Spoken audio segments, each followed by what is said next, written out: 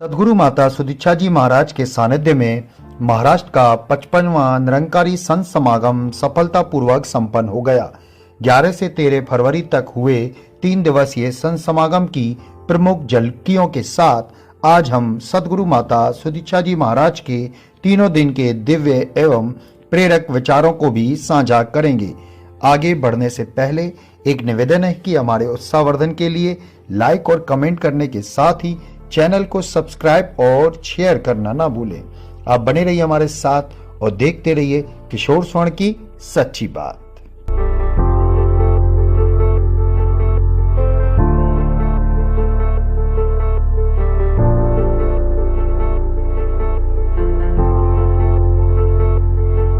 संतों के हृदय में सदैव ही सर्वत्र का भला करने का भाव रहता है, क्योंकि संतों का परम धर्म मानवता की सेवा करना ही होता है।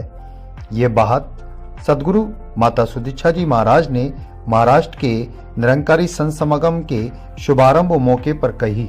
उन्होंने कहा कि सभी के प्रति प्रेम, दया, करुणा, सहनशीलता का भाव मन में अपनाएं, जिससे कि इस संसार को स्वर्ग में बनाया जा सके। सद्गुरु माता सुदीक्षा जी ने कहा कि हमें अच्छे गुणों का आरंभ स्वयं से करते हुए इसे अपने घर, परिवार, मोहल्ले, शहर, देश एवं समस्त विश्व के लिए करना चाहिए, जिससे कि इस संसार को वास्तविक रूप में दिव्य गुणों और कर्मों द्वारा महकाया जा सके। उन्होंने कहा कि निरंकारी मिशन ने सदैव ही सेवा को परम धर्म माना है।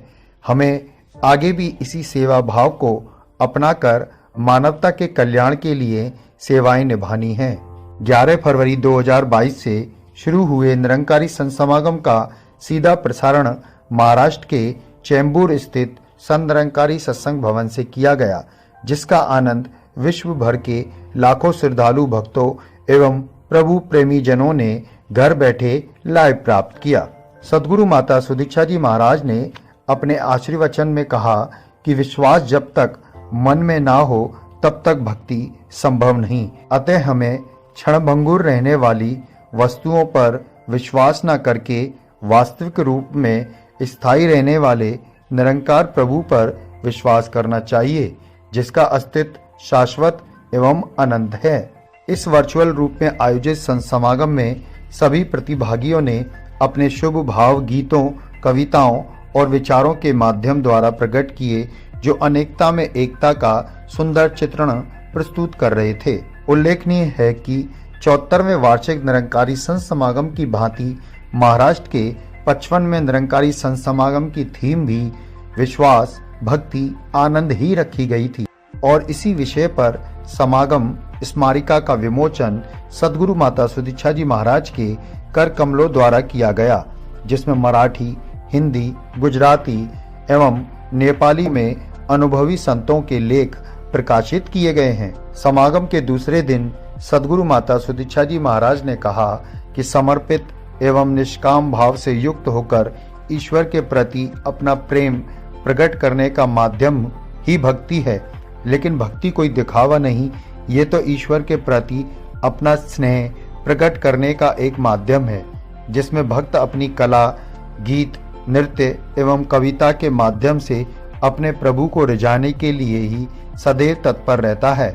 सद्गुरु माता जी ने कहा कि वास्तविक भक्ति किसी भौतिक उपलब्धि के लिए नहीं की जाती, अपितु प्रभु परमात्मा से निस्वार्थ भाव से की जाने वाली भक्ति ही प्रेमा भक्ति होती है। ये एक ओतप्रोत का मामला होता है, जिसमें भक्त और भगवान एक दूसरे के पूरक होते हैं। भक्त और भगवान के बीच का संबंध अटूट होता है, जिसके बिना भक्ति संभव नहीं है। माता सुदीक्षा जी महाराज ने कहा कि यदि हम प्रेम करते हुए भक्ति करेंगे तो जीवन में जहाँ विश्वास और बढ़ता जाएगा, वहीं एक सुखद आनंद की अनुभूति प्राप्त होगी।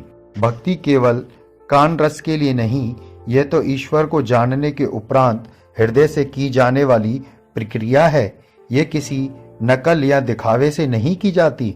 दूसरे दिन का शुभारंभ एक आकर्षक सेवादल रैली से हुआ, जिसमें महाराष्ट्र के विभिन्न क्षेत्रों से आए हुए कुछ सेवादल भाई बहनों ने भाग लिया। इस रैली में सेवादल स्वयंसेवकों ने कोविड-19 के नियमों का पालन करते हुए मर्यादित रूप से जहाँ पीटी, परेड, शारीरिक व्यायाम, करतब एवं खेल प्रस्तुत किए, वहीं निरंकारी मिशन की विचारधारा और सद्गुरु की सिखलाई पर आधारित लघु नाटिकाएं भी प्रस्तुत की गईं।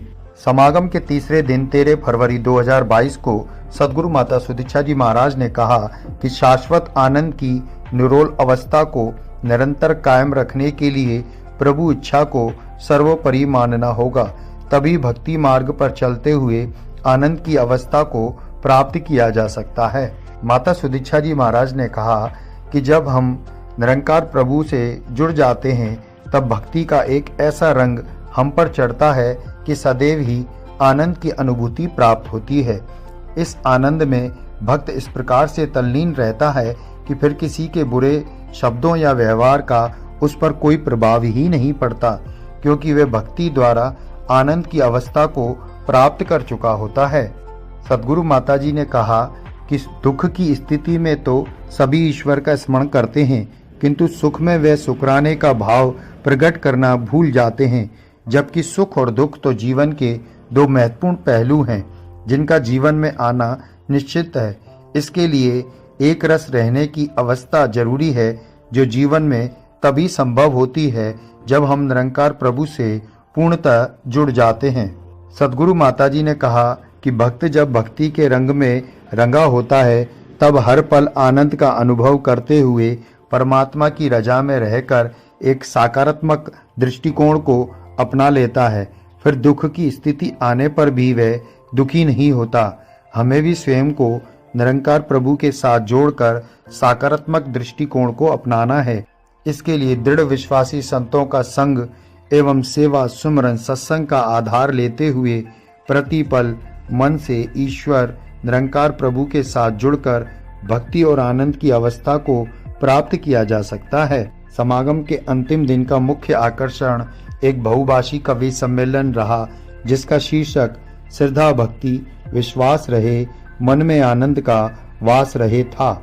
इस विषय पर मराठी, हिंदी, पंजाबी, कोंकणी, ईरानी, भोजपुरी एवं गुजराती आदि भाषाओं में कुल 18 कवियों ने कविताओं के माध्यम से अपनी भावनाओं को व्यक्त किया। समागम के तीनों दिन विभिन्न भाषाओं में वक्ताओं द्वारा अपने विचारों का व्याख्यान, गीत, भजन, कविता आदि विषयों के माध्यम से प्रस्तुत किया गया, जिसमें अनेकता में एकता का सुंदर दृश्य एवं वसुदेव कुटुंबकम की अनूठी छवि दर्शाई गई। इस तरह सद्गुरु माता सुदीक्षा जी महाराज के दिव्य प्रवचनों द्वारा सभी श्रद्धालुओं ने विश्वास, भक्ति, आनंद की अनुभूति प्राप्त की। तो अब लाइक और कमेंट करके बताइए कैसी लगी हमारी ये प्रस्तुति। साथ ही सब्सक्राइब और शेयर करते हुए जुड़े रहें हमारे साथ और देखते रहें किशोर स्वर्ण की सच्ची बात।